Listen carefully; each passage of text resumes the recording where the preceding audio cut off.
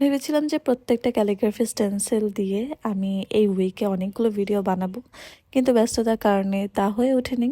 তো ভাবলাম আজকে আমার কাছে যেই ছোট ছোট ক্যালিগ্রাফি স্টেন্সিলগুলো আছে এগুলো তোমাদের সাথে আমি পিকচার শেয়ার করি। একটা ভিডিওতে প্রত্যেকটা ক্যালিগ্রাফি স্টেন্সিল তোমাদেরকে দেখিয়ে দিই, তাহলে তোমরা ইজিলি সব কয়টা পারচেস করতে পারবে। আর হ্যাঁ, প্রত্যেকটা ক্যালিগ্রাফি স্টেন্সিল বা ফ্লাওয়ারের যে স্টেন্সিলগুলো আছে তা সব কয়টাই তোমরা আমার পেজে পেয়ে যাবে। সো যারা নিতে চাও তারা আমাকে ইনবক্স করতে ভুলবে না।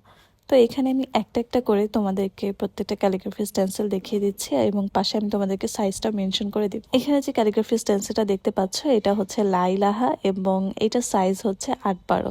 আর এটা ছোট একটা সাইজ আছে, এইটা হচ্ছে তোমাদের 8x8 ইঞ্চের মতো। তো এখানে লম্বা এবং রাউন্ড ডিজাইনের দুইটা স্টেন্সিলই আছে, তোমরা যে যেটা নিতে চাও সেটা নিতে পারো। অনেকেই হচ্ছে লম্বাটা চাই, তাদের জন্য লম্বা ডিজাইন। আর অনেক একটা প্রশ্ন করে থাকো যে স্টেন্সিলের সাইজ অনুযায়ী কি আমরা ক্যানভাস নিব বা এর থেকে ছোট নিব, সাইজটা অনেকে বোঝে না।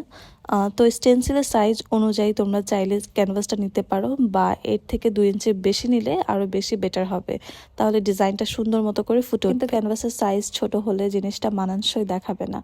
এখানে যে কয়টা আমি স্টেন্সিল এখন পর্যন্ত শো করেছি তার সব কয়টাই 8x8 ইঞ্চের মতো।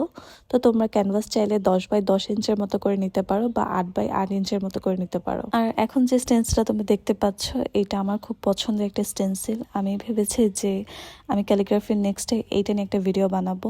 তো এইটার জন্য আমি 10x10 ইঞ্চে একটা ক্যানভাস দিয়ে ভিডিও বানাবো। আর ক্যালিগ্রাফি স্টেন্সিলগুলো দিয়ে কাজ করার জন্য আরও যে ম্যাটেরিয়ালসগুলো প্রয়োজন হয়, যেমন টেক্সচার পাউডার, বা তোমরা চাইলে কালারও ব্যবহার করতে পারো। তোমরা যদি কালার দিয়ে কাজ করতে চাও তাহলে অবশ্যই ফর্মের যে ব্রাশগুলো আছে সেগুলো ব্যবহার করবে, তাহলে রংটা সুন্দর মতো বসবে এবং চারিদিকে ছড়িয়ে যাবে না।